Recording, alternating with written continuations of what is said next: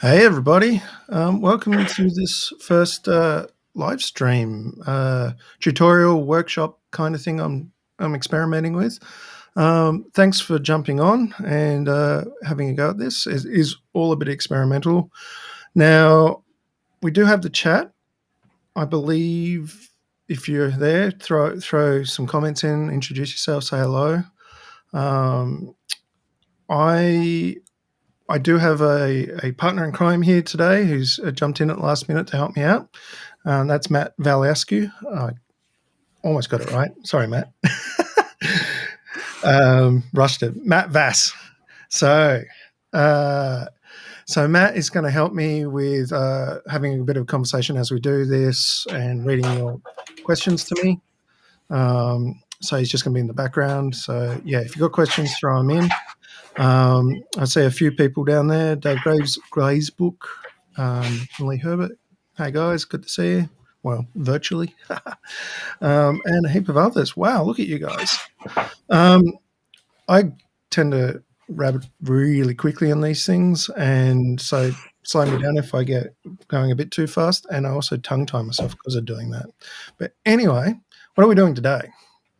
Well, I thought since, Greater Sydney's locked down, I've got a slow week at work. Why not let's have a look at the basics of getting into video editing, particularly for photographers. Now, I'm going to start real basic today. The reason why I'm doing that is I don't know where to start, and I've got to start somewhere. I work at a really high level in this stuff, and it's been an interesting process in the last day to really bring myself down and start at a base level again. So that's been fascinating, and working out that whole knowledge, how much knowledge you have accumulated, and then trying to strip it back to the basics again is fascinating.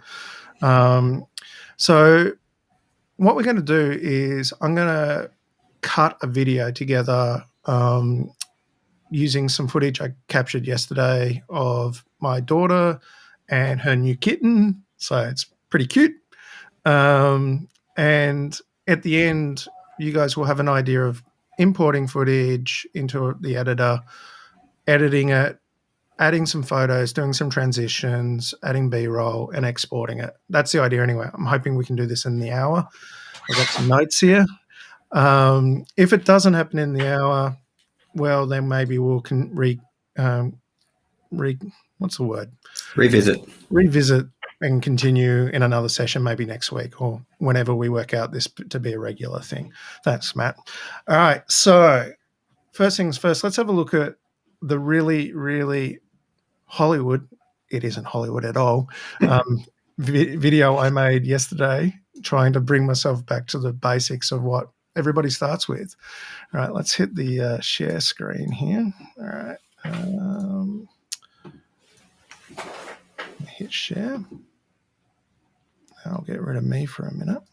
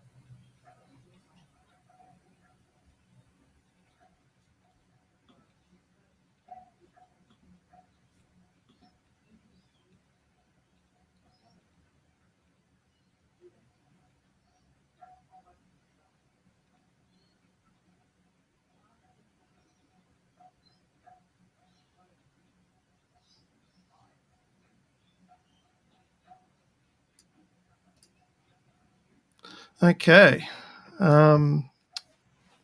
Lee's just said the audio wasn't coming through. Can you confirm that? Yeah, we didn't. I didn't have any audio, but I didn't know if that's because it just didn't hit me in the background either. Okay. All right. So, anyway, it's just got some music. Got Ebony talking about the kitten, some B-roll, and some photos. So, we'll have a look So at that in a second. So when you're talking about that, just to bring it to two peoples, you're talking about A roll being the interview, yes, and the B roll being the color, being Cheetah bouncing around and you trying to keep up with her, and then the photos as B roll as well.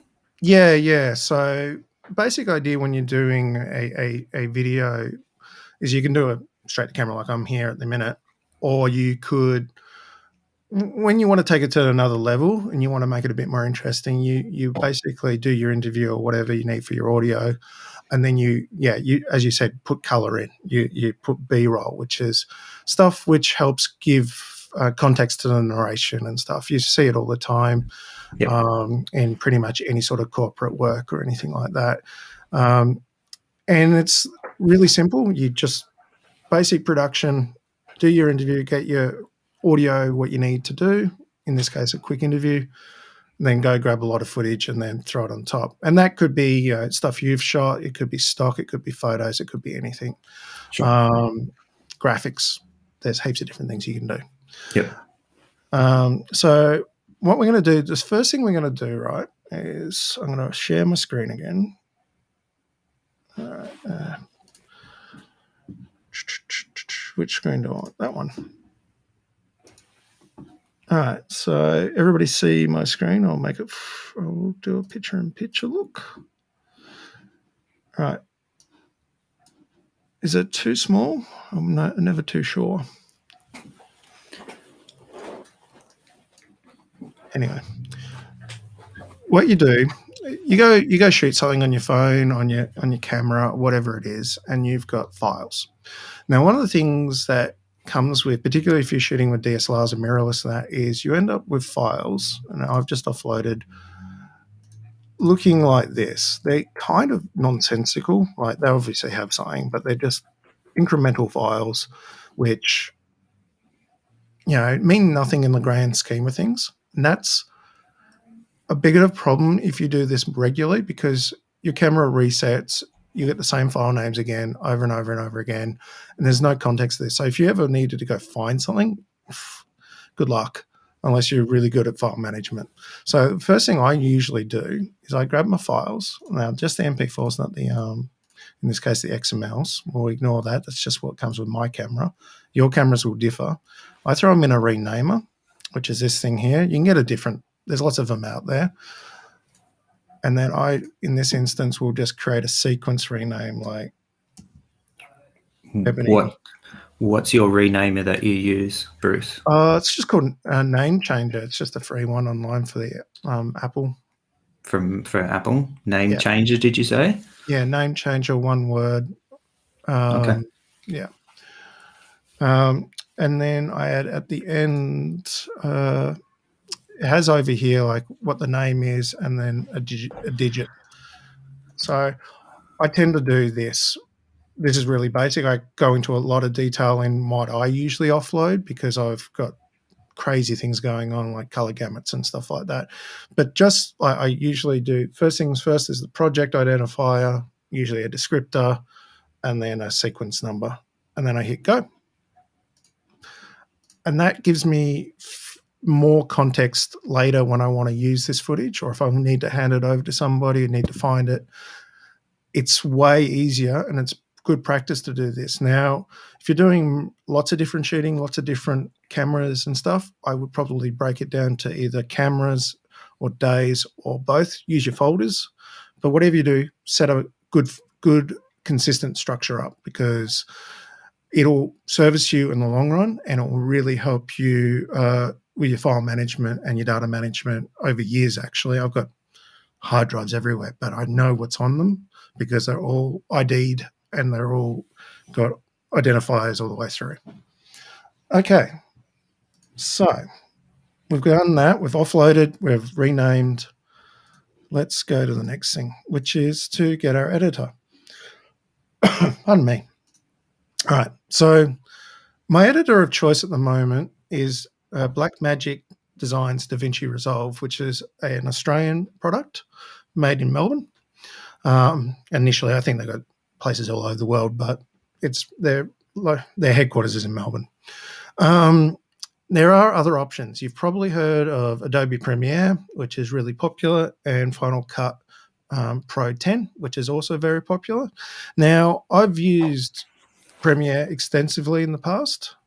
Not so much Final Cut Pro 10. I jumped off Final Cut at version 7. That's quite a long time ago now. But the principles of editing are the same regardless of what you do. Now, the reason why I use Resolve is it has the simplicity in it, and it can go all the way to industry-leading advanced work, and it is used for like Star Wars and Last Jedi and stuff like that. It's in different ways. The cool thing about it is that it is actually free. Like 95% of the actual application is free, and it doesn't hamstring you in nearly any way compared to Studio, which is the paid version. Now, the paid version has some extras in it, which is uses more GPU, which is the graphics processor on your machine, adds some cool things in your effects library, which are here nor there. You may or may not need it. But overall, it's just a really, really good product. And a good thing is that it's Mac, PC, and Linux. Once you bought it, which I think is about $400, it depends on the day, I think, you get free upgrades for life. So instead of paying an Adobe subscription, which ends up being $600-700 a year, I bought this 4 or 5 years ago now and haven't had to pay for an upgrade, which is really good incentive because it lowers your cost of ownership significantly. And if it's free, it's even better. That's buying the paid version, not the free version that you mentioned. Free version just keeps coming out. Just keeps coming out. You can update it as many times in the same way. Exactly. Okay. So Davinci's idea, or Blackmagic's idea, is they wanted to lower the common denominator to get people into industry. And if you want to upgrade it, the things they make the money on are the hardware panels and stuff, which are like, here's one here. So you actually, if you buy Resolve at the moment, they actually have an offer where you get this for free. So you're basically buying a panel. I'm not going to use the panel today. I'm just going to use mouse and keyboard. But all the other hardware they can attach to it is where they make their money. So it's a great little program. So let's move it. Okay. So latest version is 17, which I'm on. And we'll give you an overview of this. Any questions while this is running? I haven't seen any come up yet, but I don't know if they're being fed into us. I think there's a 5-second delay. Right. Okay. Okay, so when you, let's get rid of this one. We don't need you anymore. Keep that over there because we'll need it later. Get rid of that one. So just bring this.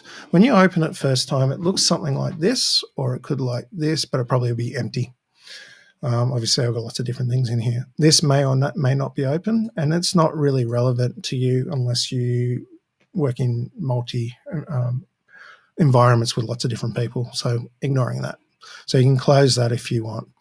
So there's the project we made there before. Now, there is a little difference to this to, say, using Premiere if you've come from that background. And Premiere, you create a file, which is your project file, and you keep that with your, hopefully, with your all your footage, and that's good practice. If you're not, do that. So you've always got a package of information. This actually works on a database, and there's an actual really good thing about that. All right, so let's go down here. I'm going to go new project. I'm going to call it Livestream 1, just for the hell of it. I'll wait for it to do its thing. Okay, it looks like this when it first opens, or something very similar. Maybe the icons will be bigger down the bottom. I've actually got them tend to be small at the moment.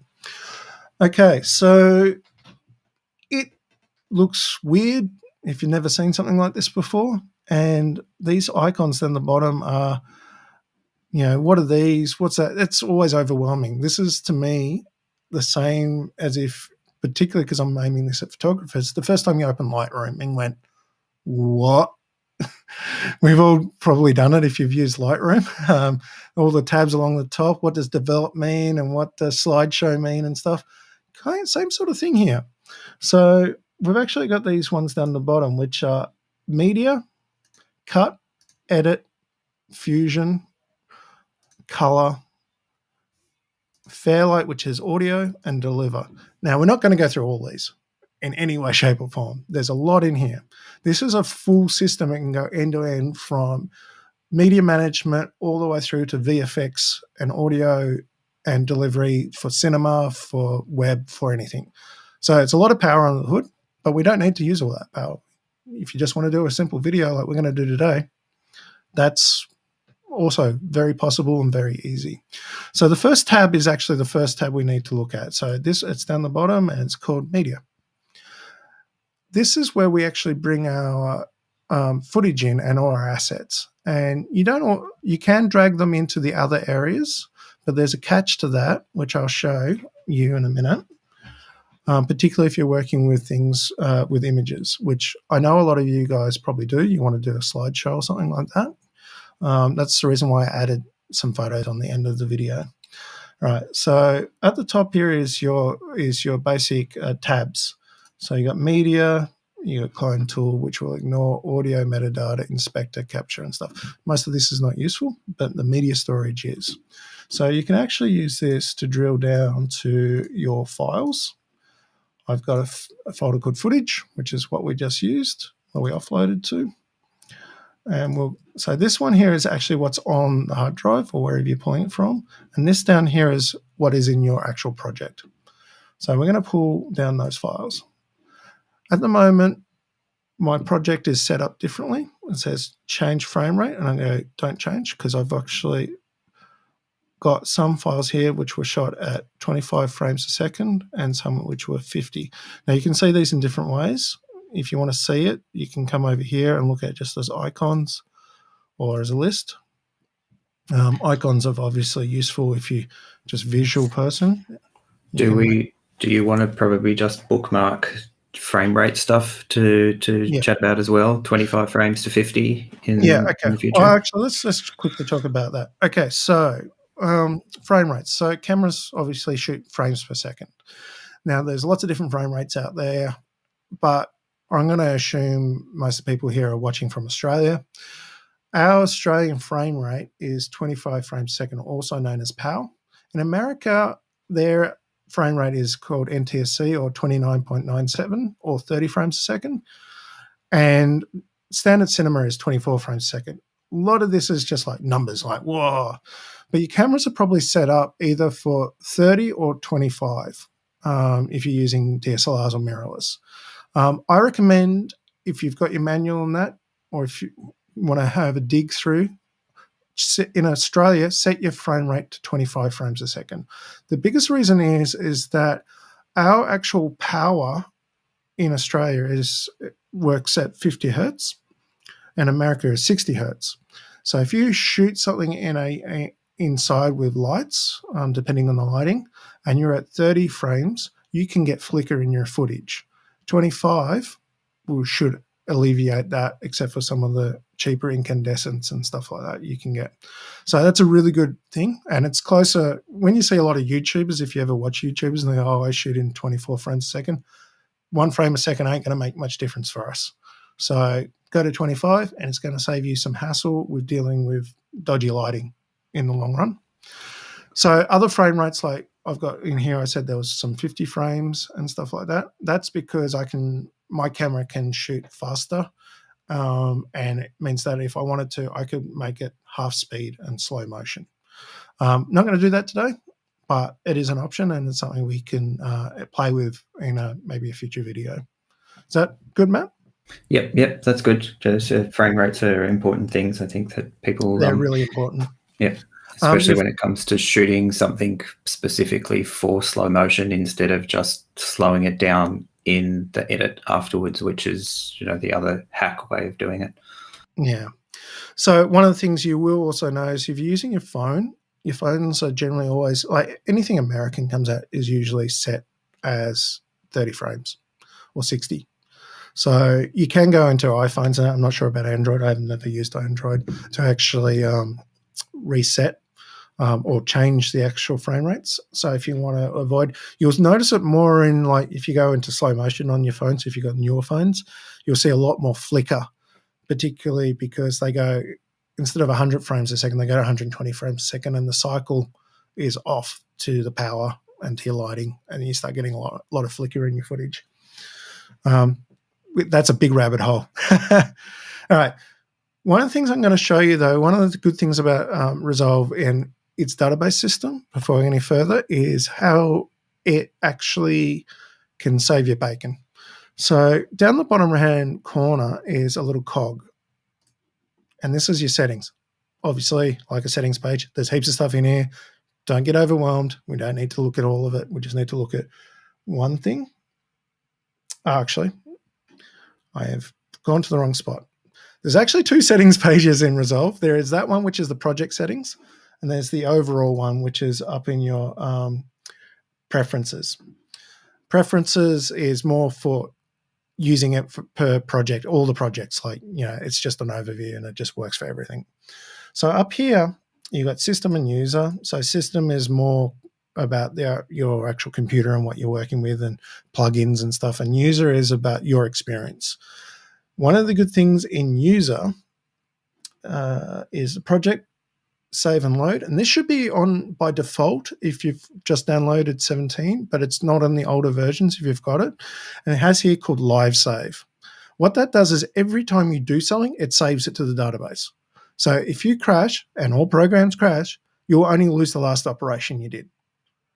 It will save you because nothing is perfect, and this will mean that you've lost no work. If you've lost anything, it's like 5 seconds.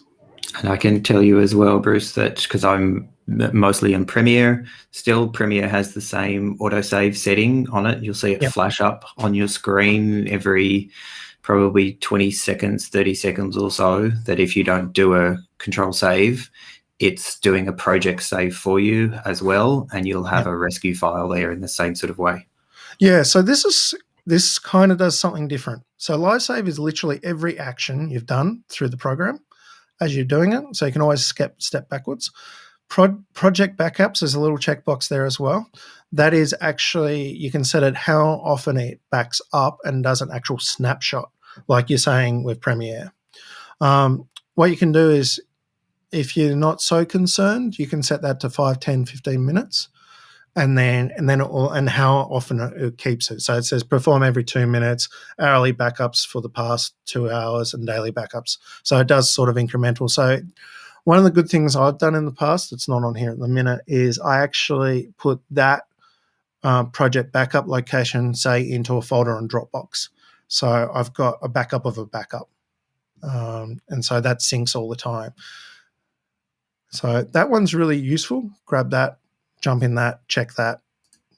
All right, we've imported footage, we've got our backups going, and here we are. So we've got a monitor up here, which allows us to look at what we've got there, either on the hard drive, so you can see here,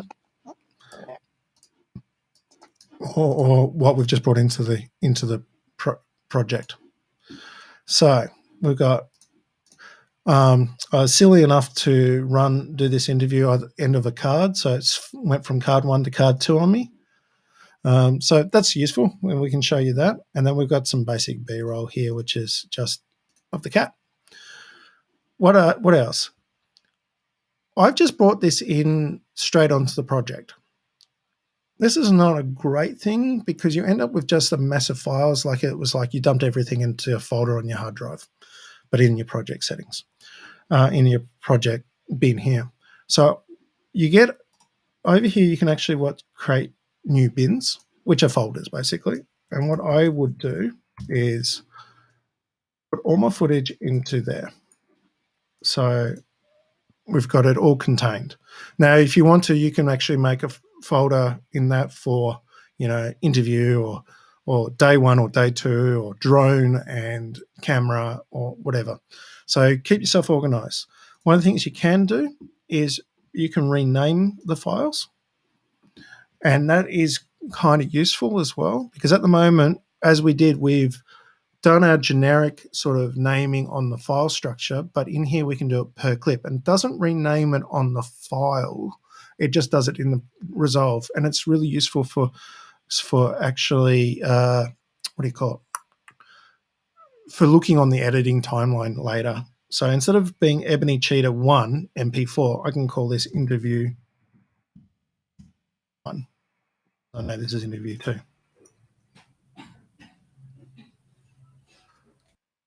It hasn't changed anything in the file structure. It's just done it here, and it just means that I've, particularly if you've got lots of files, it makes it a bit easier to look at it later and go, oh, I haven't looked at this in a couple of weeks, or oh, I opened this project 2 months down the track. Oh, that there's the interview, there's that, and that's that. Oh, I want to do a different thing. You can go. There's a lot of actually really cool things you can do with metadata in here, and do a lot of renaming and auto stuff and that. But that's a big topic for another thing.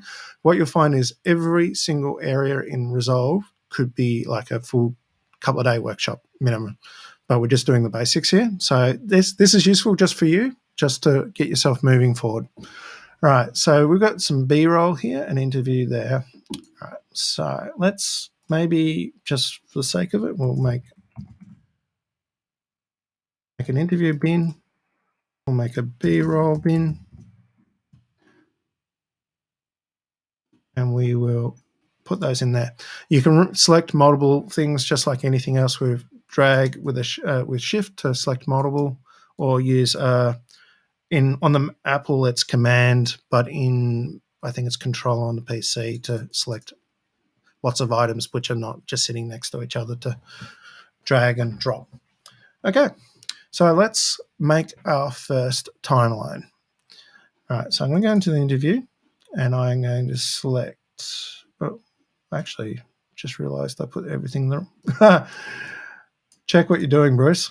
Talking too much. Let's put the B-roll in the B-roll and the interview in the interview. All right, I'm going to select interview 1, and then I'm going to hit this cut page icon, which is the first one to the right. Hover, it says cut. And we're actually here. And then I'm going to come up here, and up here, if you don't see it, there's the media pool. You can turn it on and off. And this here is your footage viewer. So there is our first interview thing. So let's have a listen. Okay. Let's see if you can hear it actually. Let's scrub through a bit. I think he's already around here. Wait, let me. Is that coming through, Matt? It might be a bit soft. Yep, that's coming through, Bruce. We can hear that. Awesome. So as you're looking at this, though, let's potentially think that you've got 7 takes or 10 takes of someone interviewing, and they keep messing up, and one line's good here and 2 lines are good on that one, and what have you. Yeah. Would you pre-scrub or preview that material before you get it into Resolve to know what you're going to import and use? Different methodologies. I'm always a fan of downloading everything and renaming everything, and then bringing it all into Resolve after I've done everything. And then I might go through and actually delete the clips out of the project afterwards. So I've still got the original files, unless there's a lot of junk there. The reason is that if you get in the methodology of trying to only import the files that you need off the card, and then you go format the card, and you've missed one, you're out of luck. Don't do it. Grab everything every time, and then back up. So you should always be doing this on multiple copies, obviously. And then in your project file, import the stuff you want, or import everything and remove what you want. Depends which way you find conducive to do it. Yeah, I was talking more about the project file for people, not so much about the overall whole download of the job. Mm-hmm. The download of the job, yes, all of that always goes onto your multiple drives. Yep. It's the scrubbing of stuff before you putting them into the project, because like you and I both know, as you get further and further with more and more different pieces of footage and things, project files can grow to gigabytes in size very quickly. Oh, yeah. Yeah, and if you end up doing this a lot, and if you're shooting in 4K and stuff, you're going to smash through a lot of storage. I mean, I can see about 70 or 80 terabytes sitting in front of me at the moment in hard drives, Cool. not including my online NAS. So, yeah, media management is important. But yeah, if you like, you can go through later and obviously clean up your hard drives, but don't do something silly like only import off a card what you think you need. Oh yeah, of Yeah. course not. Yep. Yeah. Cool. All right. Well, let's keep rolling. Let's roll on. So this is right. Something interesting for anybody who's ever done any editing before, particularly with Premiere. Resolve actually has two ways of editing. It has the cut page and the edit page, and they do the same thing in the basic idea is that it puts footage onto what is called a timeline, and you can move it around and edit it and change things up. The cut page is very much like what Final Cut Pro users are used to, Final Cut 10. And the edit page is what traditional editors are used to if you come from Premiere. But they are, if you do something in one, it works in the other, and vice versa. Now, the reason why I'm going to use the cut page today is it's simpler.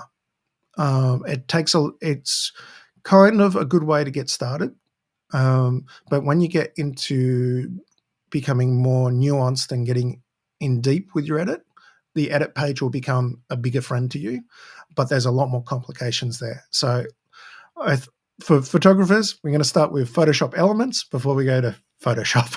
Would that be in Premiere kind of like the assembly page and the edit page? Because in assembly, you can do much the same sort of thing, assemble and move stuff around in your timeline. Yeah, kind of similar. Yeah. Okay. So we've got our files here. We've got our viewer here, and this viewer is either whatever we've selected here, or whatever is playing down here. And down here is our timeline.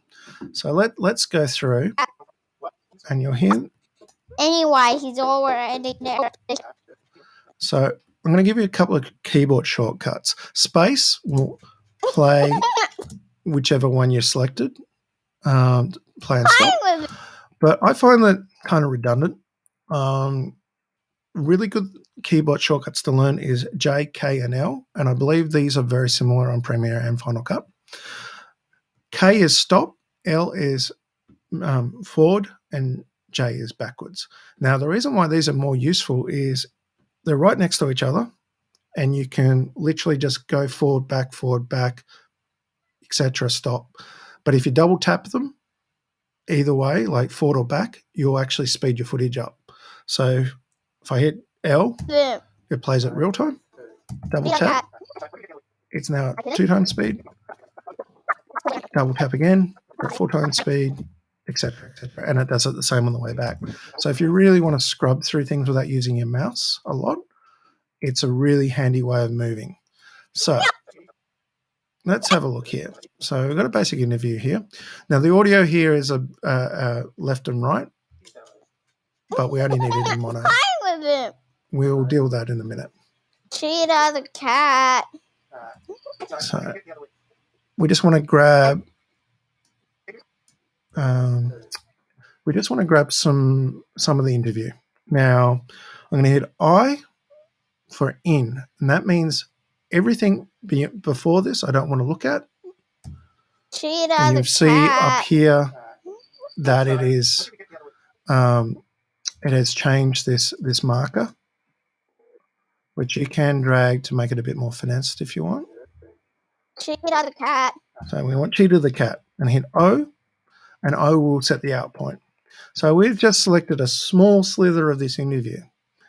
And then we can come over here, and we've got these little icons here, which is append, ripple overwrite, which we won't go into, close up, place on top, which we will use soon, and source overwrite. So the two we need to look at is append and place on top. So what append does is it actually adds it to the end of the timeline. So if we hit that, that's our first edit. We've dropped something on the timeline. We can come back up here and find the next bit we want to do. So this was a really poor interview on my behalf, I have to say. So what do we get? So I'm going to hit in. And I tend to double tap a lot because I don't need to listen to this in real time. This is a really time efficient thing. And if you end up like me, I tend to listen to a lot of YouTube videos at 1.5 or 2 times speed, and I'm going to have a problem if I ever meet people I listen to because they're going to sound weird to me because I'm used to them a bit faster in my head. So I'm going to go out, and I'm going to go append. So I'm just going to scrub through. All right. And if you see the waveforms here, you can see where she actually answers. They're bigger. Cheetah. So we said cheetah again. He's fast. Okay. He's fast. Anyway, he's already around here. Wait, let me. So Right there. What was he shouting? I might grab that bit Anyway, he's already around here. and hit out. I think she. Oh, this is where she picked him up. I think. No. All right. Can I keep going? I'm going to put that He bit. likes to run. He likes He likes to run. He likes to play. He likes to run. He likes to play. He likes to eat. Yeah, that one. I'll append that. Play. And carry him. Let your action and carry. So we're just going to keep moving forward. I'm not sure. So you just spend a lot We more hope time he than I wouldn't am, die. obviously, because you want Yeah, a footage. little bit.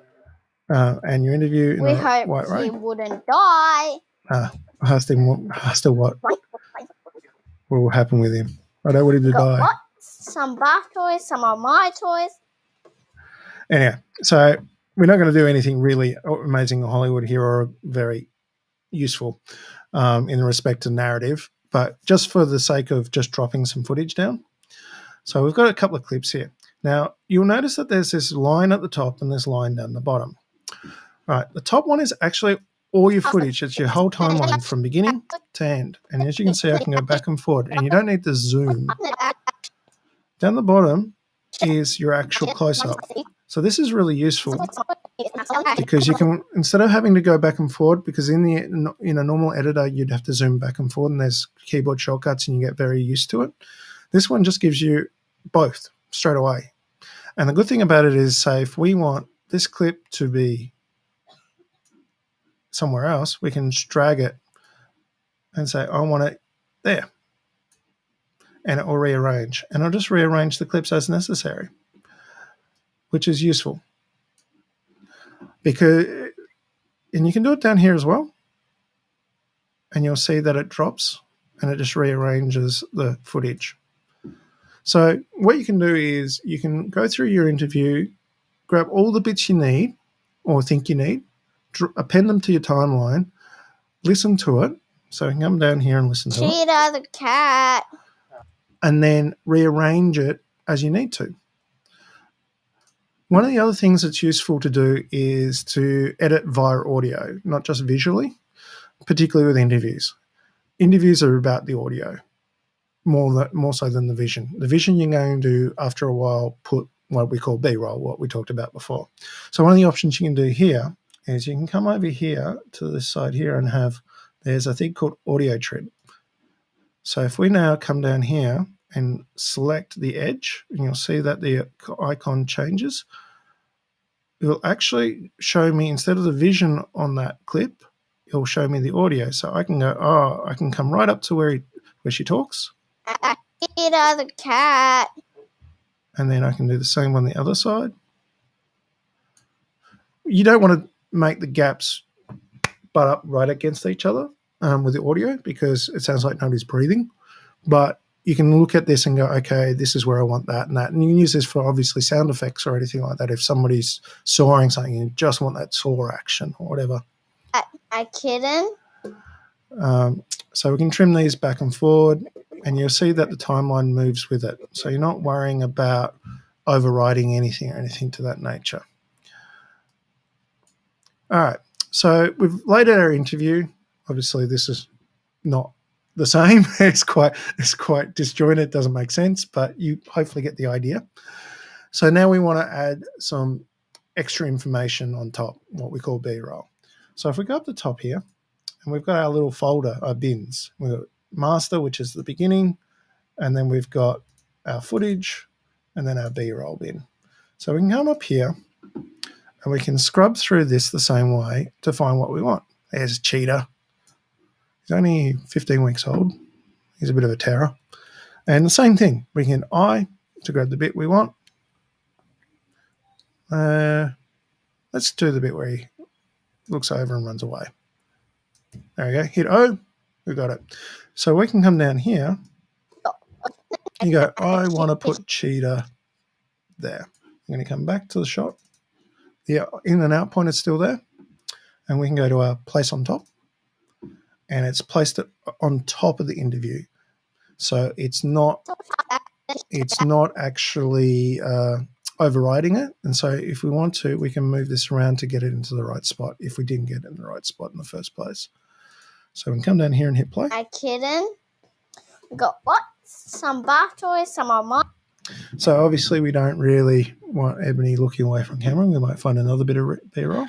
At this point, Bruce, when you're talking about putting B-roll on top, and let's think that potentially sometimes B-roll can also be very noisy to film. Your sound is still attached to the B-roll. How would you deal with that sound as you're putting that B-roll in, or do you come back and deal with that sound at the end?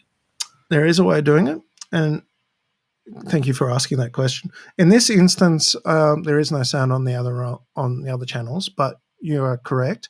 If this had audio from just the camera audio or whatever, you've got two markers over here. It says video only and audio only. If you just want to drop down the video, make sure that's selected. So now if we come in here and we'll grab another thing. So there's cheetah being cheetah. We'll just grab another bit.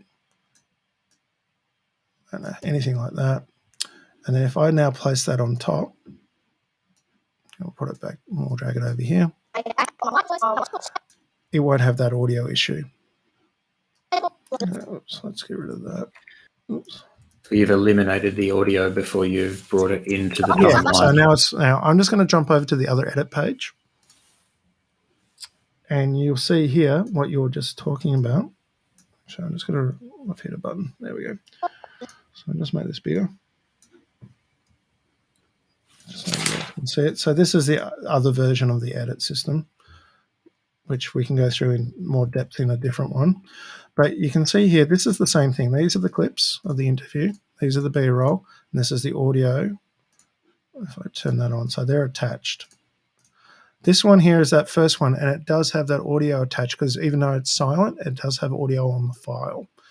So in this case, it's not going to be an issue because when we play it, it's not going to do anything because there's no signal there. There's no sound there coming through. Yeah. Yep. But in this case, as you can see here, I've only dropped, using that button, I've only dropped the footage and no audio. So that's a really good tip, and thank you for asking that one. Very, very handy. Very handy tip.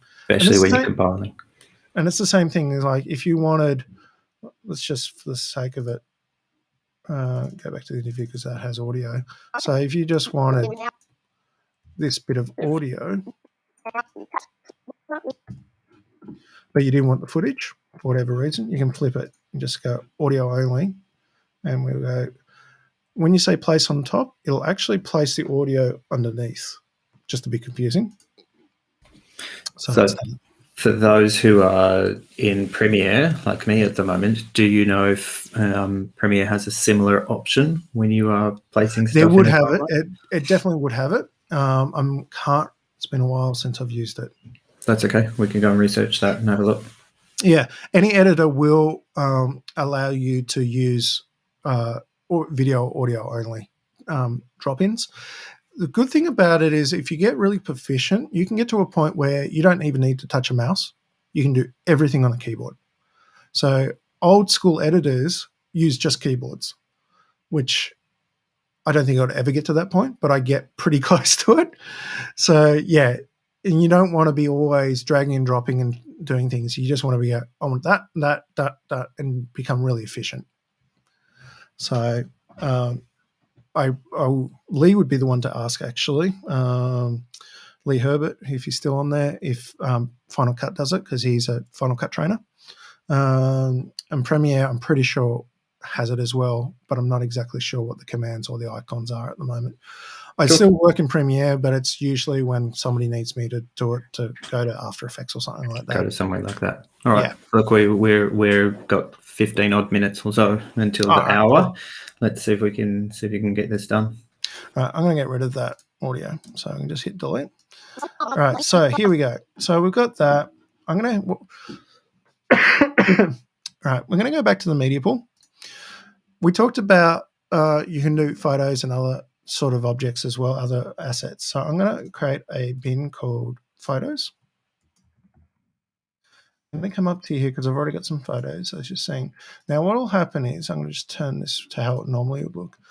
You'll get all your photos here, but if you've taken a series of photos to import, you'd have to be JPEG, PNG, TIFFs, or something like that. It won't work with PSDs, by the way, or RAW files. So you still need to process them separately. If you got them and they're in a sequence, so it's like image 1, image 2, image 3, well, actually think that is an image sequence, which is animated, which is a thing that trips people up. They go, oh, I tried to bring this in and I've only got 5 out of the 50 files or whatever, because those ones were named differently. So what you need to do is in here, and this is the reason why dragging off the Finder or your file structure, particularly with photos, is not a good idea.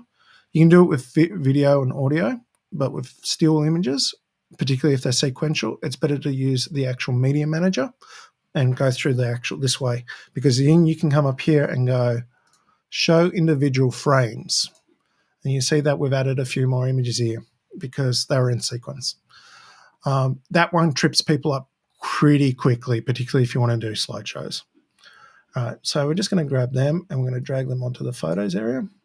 And there's all our cute photos of phones, apart from the first one, which is this one. I think that was the first day I got him. Anyone who's been following Bruce or knows Bruce and his Facebook has seen lots of cheetah in the last few weeks or so. Yeah, a few weeks. Okay, so we've got all those photos. So we can come back here and here's all our photos here.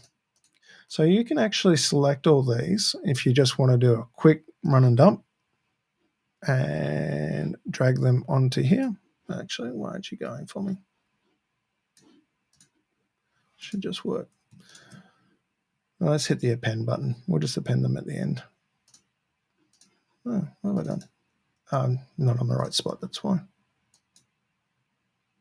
Okay, you just kind of, it normally works. I don't know what I've done. I'll just do one at a time for a second. Wow, my first glitch.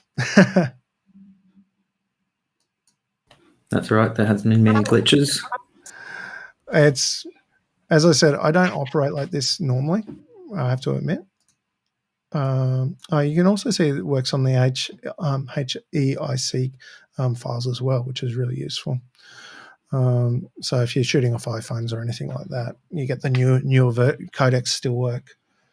You can actually change this to the same as in the media area. You can change these to list views and stuff like that as well if you want to. So I should be able to append to end. Why am I not doing that? Where's some of my? I'm just going to jump over here and try in here. Normally works. Okay. I have to come back to a reason why that didn't work later. I'm not sure at the minute. So I've just added all these photos. They're boring. It's sitting there. I go for, in this instance, 5 seconds. So one of the things you can do to make it more interesting is you can select them all. Oh, actually, we'll do it back over here. Whoa, can you hear that rain? It's just started bucketing down here at my house. Big storm. All right, so you can select them all up here or down here. It's easier on the timeline. And what you can do is there's these transition bars up here. You've got cut, dissolve, and smooth cut. Smooth cut is something we'll look at in a different day. But dissolve is the main one you're used to. It'll put a dissolve through. But herein lies one of the weird glitches I find with Resolve in the cut page. It only did the first one we selected. So if you want to do them all really quickly, keyboard shortcut, Apple T, I think it would be Control T on Windows, and I'll add them all to everything. And that works on the edit as well as the cut page. Really useful. So this is just a dissolve, and it will just go between one image to the next, like so. If you want to change the default timing of this, you can select them all and then go right click on down here, not on the timeline, and go change clip duration. And you can say, okay, we want it to be 2 seconds. Now, what I would normally do, if you're not used to the notation, is click one of these and then alter it. So at the moment, I change it from, we can say that to 2 seconds. There. And the nice thing about doing the, we've crashed. Right. We'll bring that back up. Any questions while we do that?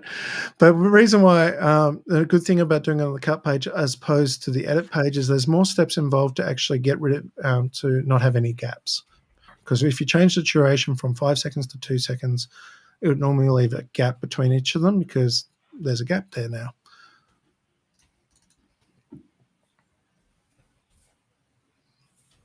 All right. We should be back to where we were. Yep, straight back to where we were. See, live demonstration of live save. It is useful. I did find actually one of the things that does do this is if you've got the transitions on there already, it could be the problem. So I'm going to take them off. You can highlight them again and then hit, I think it's T. Actually, I'm just going to remove them. Hang on a second. So if we wanted these to be 2 seconds, come down here. Should we get rid of that duration, but trim there as well? Just so it's just in case it was those that was doing it. Clip duration instead of 5 seconds. 2. And I'll actually bring everything down with it. If you do this on the edit page, I'll show you a reason. There is a way of doing it on the edit page which does the same thing, but it's more steps. If I go to the edit page and I do the same thing, there's more menus here. And I go change clip duration. Apple D or Command D, Control D will do the same thing. Leaves gaps. So that's a gotcha. There is a way of doing it. Just for people who are a bit more advanced, you can hit what here is the ripple edit button. Select your same things, and then it'll do it. That's a tip for somebody who's a bit more advanced. All right, so we go put our transitions in, and these ones are a bit faster now, which is nice. One of the things you can do to make this a bit more interesting is select the one or the ones you want, and you can actually go up here and actually change these a little bit more with the tools bar. The toolbar here, oh, sorry, not the toolbar, the inspector up here. Inspector is useful because it gives you lots of things like how to change, expand the frame, change it, rotate it, things like that. A lot of things you can do in here, including stabilization if you've got shaky footage and stuff, but we'll go through those later. But the one we want to look at here is dynamic zoom. So we click on that, it'll open it. So what that'll do is just do that, pull out and push in. So it'll do one way each time, but you can hit swap. So if you just want to go forward and back and forward and back. So there's a quick way of adding a little bit of value to a slideshow if you want. The other thing you can do, and this is an extra one, is instead of having all these black bars around these photos, let's come up here and you've got effects. This is where all the cool things are. Some of the cool things. Lots of stuff in here. As I said, free version has not as much, but I believe this is in the free version. You can come up here and you can search the effects if you don't want to search for it, and it's called blank fill. This is your TV thing where they fill the edges up with a blurry version of the image, and it works with the animation as well. So you can add that to fill in the edges, and there's options in that as well. So if you click on the thing, on the footage you just wanted. You got video, audio, effects. We just added an effects. Here we can like blur the edges a bit, so it's a little bit nicer. It's not a hard edge. You can change the background. You can just put a drop shadow on there if you like. Heaps of different things you can do. So it's a bit of fun to experiment with, and it adds a little bit more punch to a simple slideshow. Obviously, you can go way more than this, but this is bare basics. Last thing we can, I think we'll do, what, 5 minutes. Two more things we can do. All right. I'm going to go back to our media management. We're going to go back into our files.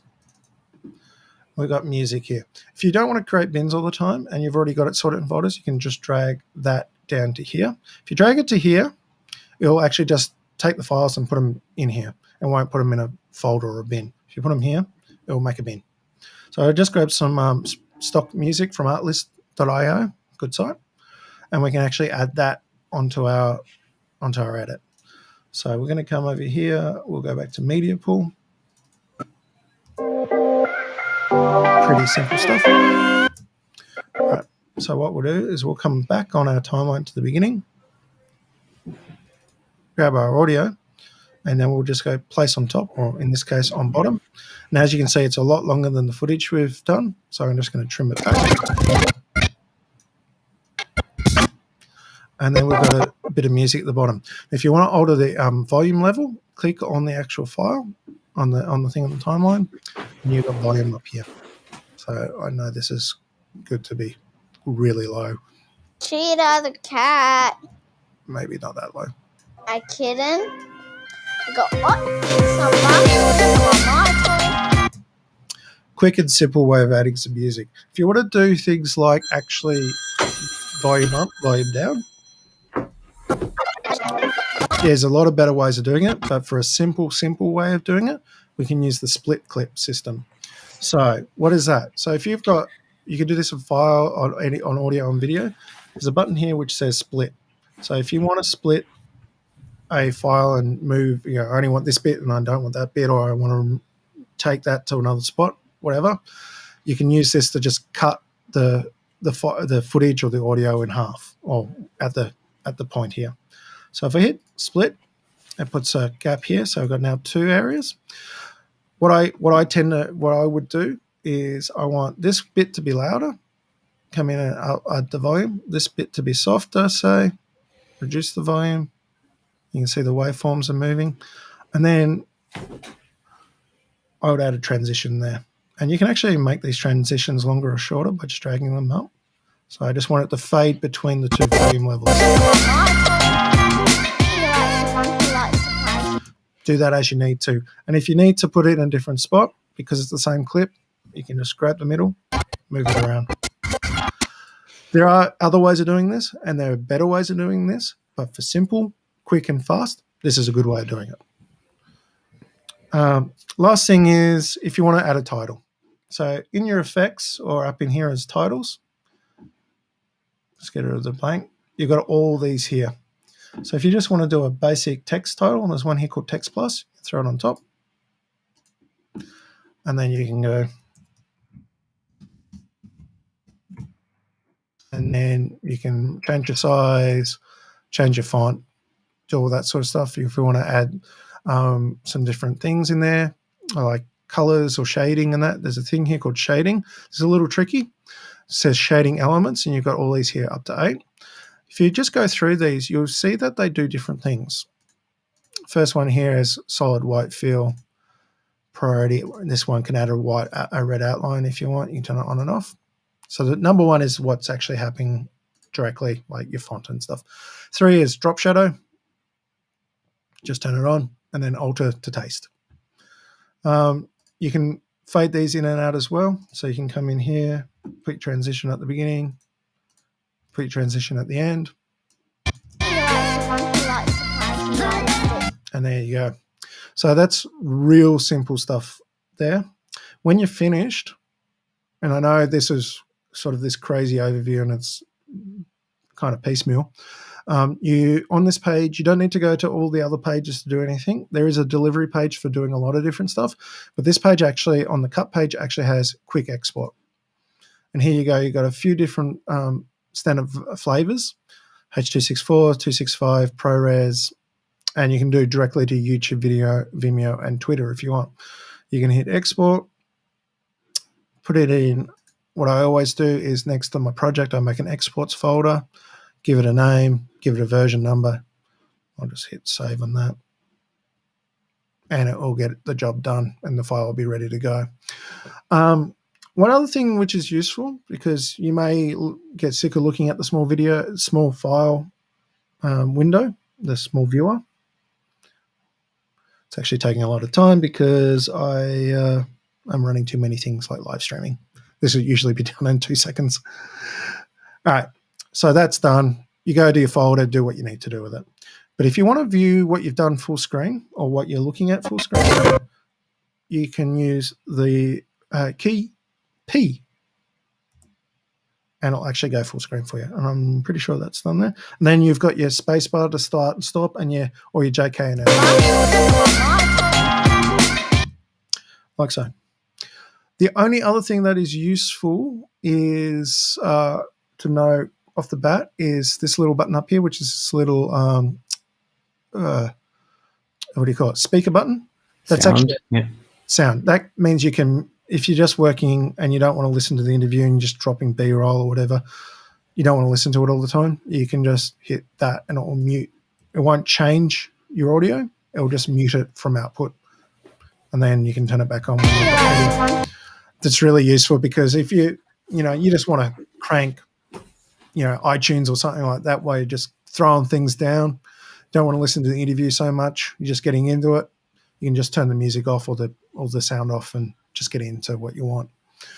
I think we're at time, aren't we? That was crazy quick, and there is so much more to cover. This is like 0.01% of what you can do.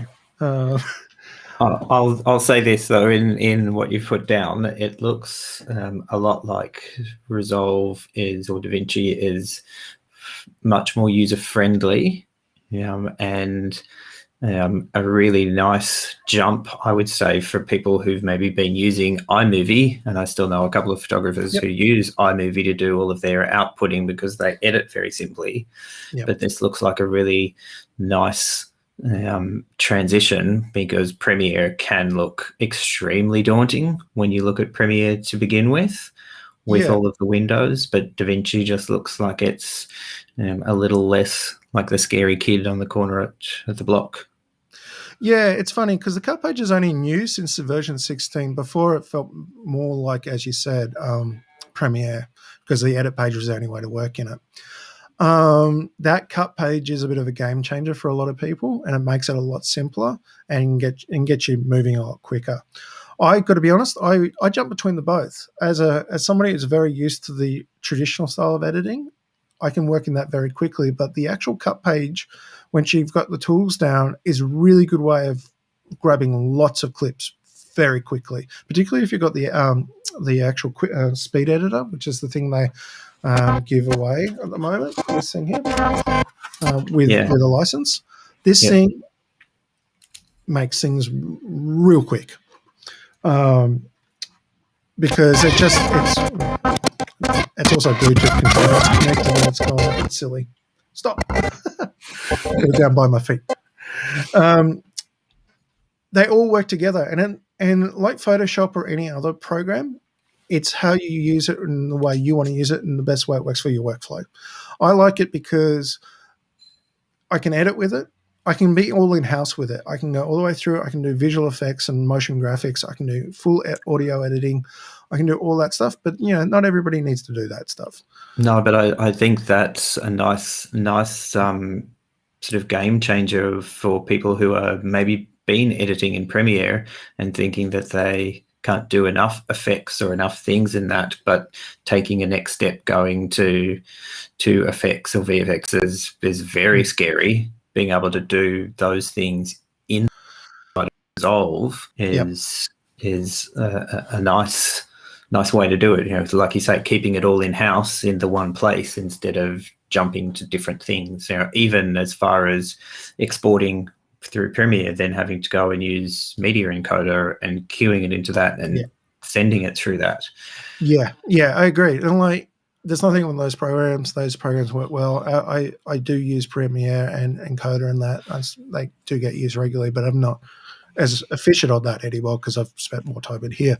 The thing about it is that the history of this program is really interesting. It used to cost about $80,000 to buy this program. Blackmagic bought Resolve and then made it free, or made it very cheap. And that's only been a recent thing as well, because they've basically, as I said at the beginning of the live stream, they did it to try and democratize and get people into industry in a better way. Where, if you've ever heard of this program before, it's probably because you've heard of it, if you're into movies, as a color grading system. The color tab in it is industry. It is what feature films are used to do color grading and color timing for everything, basically. There's a few others out there, but if you talk to the best people in the business, they either use one or two packages, and most of them use this.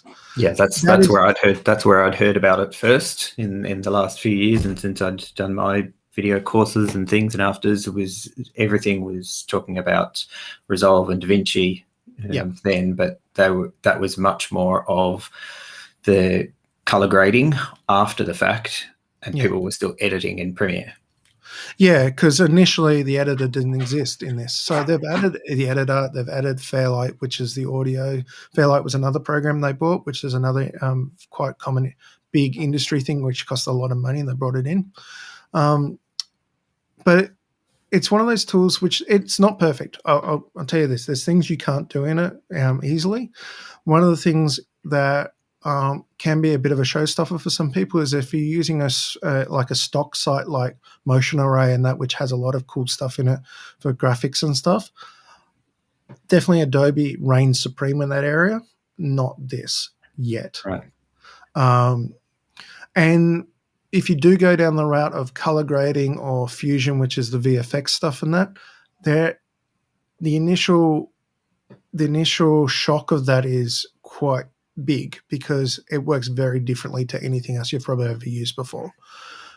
But it takes somebody just to explain it to you, and then it normally just clicks. But yeah, you can be as advanced or as simple as you want with this. I think it's for a free program, which is almost close to industry standard out of the box for a lot of things. You can't go wrong. And and the principles of editing carry no matter which application you use anyway. And that's another thing, like how to edit, how to do lots of different types of cuts, J cuts, L cuts. And there's lots of different things in there. There's a whole thing. But if you just want to get going, just up your game a little bit, and you don't want to use iMovie, or you don't have a Mac, you don't want to have Premiere, grab this. Yeah, it's free. It works really well. It's got a lot of power in it for a free program. A lot of power, definitely. Yeah. Cool. So any other questions before we end? Mr. Guy's Book has asked for his meat tray. That's a joke from the online post. I think the big thing for me here on this, while I'm here, guys, is this is new to me. And thank Matt for jumping in last minute to help me, ask questions and that. Thank you for that. I have crazy amount of knowledge in this space. I've never really learnt to present. I want to learn to present better because I see that as a bit of a fun future thing for me to do. And I want feedback. I want to know what you guys want to know. I'm very, very good at this, particularly Resolve, but I can do it in After Effects. I can do it in Premiere. Not Final Cut because I don't have it. I haven't used it in a long time. And don't even ask me about Media Composer with Avid. If you even know what that is. Oh, look, I think we can all see, Bruce, that you've got loads of knowledge in this space. You bouncing around from place to place, and the things that you can deliver in such a short space of time are way over and above what probably most people have been able to do and do. So I guess it's a matter of sitting down, chatting to everyone who was here today, and setting out a timeline for things to cover, almost modularizing the things and saying, here's the beginning. Start here. So I welcome feedback. Either you can, if you know me already, send me a private message on Facebook, or whatever. Put a comment here if you want. You can email me at hello@brucemoyle.com. I actually will put that here. I can put that as an overlay. This is all new. Let's see. Look at that. Down the bottom corner. Yay! Magic. So hello@brucemoyle.com. Give me some feedback. That would be awesome. Because I'm doing this on YouTube, I figured this is the best place to ultimately just keep doing it and building a subscriber base and making it one-stop shop. I know a lot of people don't use Facebook, or some people don't. And let's be honest, Facebook gets lost and there's 1,000 different things there to distract you. So I'm going to say it, like, subscribe. Like, subscribe, give us a thumbs up. Yeah, thumbs up. Yeah, that sort of thing. Wow, I need to learn that one a bit better. You've become that YouTuber, Bruce. I will become that YouTuber. It was never intention. And lastly, because I thought it was hilarious, and I've seen a lot of people do it, and I've actually run this a few times for other people. Like, I've actually thrown money at people. I set up a Buy Me a Coffee account. If you know anything about me, I love coffee. Coffee is my thing. I haven't set it up properly. It still doesn't have any graphics in that, but the account is proper. So, yeah. Beyond that, thank you for joining me. Maybe I'll try and do this on a weekly basis. You don't have to be committed to that, Matt. We can always pull somebody else in, or do it by myself. No, look, let's try and put that in the diary. Yeah, that'd be really cool. And throw your suggestions, comments, questions down below. I literally can go through basics more, even just narrow down to a single thing, all the way through to like crazy advanced color grading systems and fusion. So not everything's going to match for everybody.